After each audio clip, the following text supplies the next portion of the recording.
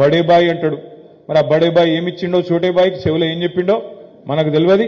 కానీ నాకైతే ఒకటి స్పష్టంగా కనబడతా ఉన్నది, రేవంత్ రెడ్డి భవిష్యత్తు, రాష్ట్రంలో కాంగ్రెస్ భవిష్యత్తు నాకైతే నిన్న మీటింగ్తోని మంచిగా అర్థమైంది.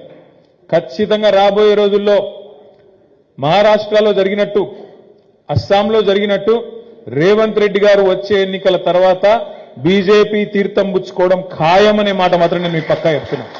మరొక ఏక్నాథ్ షిండే, మరొక హిమంత బిశ్వాస్ శర్మ ఇక్కడనే ఉడతాడు, కాంగ్రెస్ పార్టీని బొందబెడతాడు. నేను ఉత్తగా ఆషామాషిగా చెప్తలేని ఈ మాట.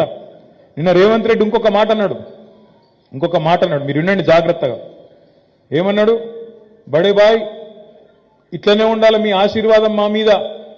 ఎన్నికలు 2 నెలలు లేవు, భవిష్యత్తులో కూడా నీ ఆశీర్వాదం నా మీద ఉండాలంటే ఏమన్నట్టు? మా రాహుల్ గాంధీ అంటే తటపార వేస్ట్ కేసు, అది గెలిచేది లేదు, పీకేది లేదు, మళ్ళా నువ్వే ప్రధానమంత్రి అని చెప్పినట్ట కదా. కాంగ్రెస్ ముఖ్యమంత్రి, తెలంగాణ ముఖ్యమంత్రి ఎవడన్నా మెడకాయ మీ తలకాయ ఉన్నాడు, ప్రధానమంత్రి నరేంద్ర మోడీ ఆశీస్సులు భవిష్యత్తులో కూడా ఉండాలి, ఏది ఇంకా 2 రోజులలో ఎలక్షన్ పెట్టుకొని అంటాడా ఎవడన్నా? అంటే ఏమన్నట్టు ఉద్దేశం? బరాబర్ మా రాహుల్ గాంధీ వేస్ట్ ఫెలో. నేను అంటలేను, ఆయనతో మీరు నేనన్నాను రాశారు కొంపదీసి, నేను అనలే. రాహుల్ గాంధీ సన్నాసి వేస్ట్ ఫెలో, ఆయనతో కాదు, నేను అంటలేను భయ్, ఆయన అన్నాడు. మళ్ళీ చెప్తున్నా మీకు, ఆయనతో కాదు, నువ్వే అయితే మళ్ళీ ప్రధానమంత్రిని తెలంగాణ ముఖ్యమంత్రి కాంగ్రెస్ వాడు చెప్తే ఏమనుకోవాలి నాకు అర్థం కాదు. వీళ్ళ దివాలా కోర రాజకీయాన్ని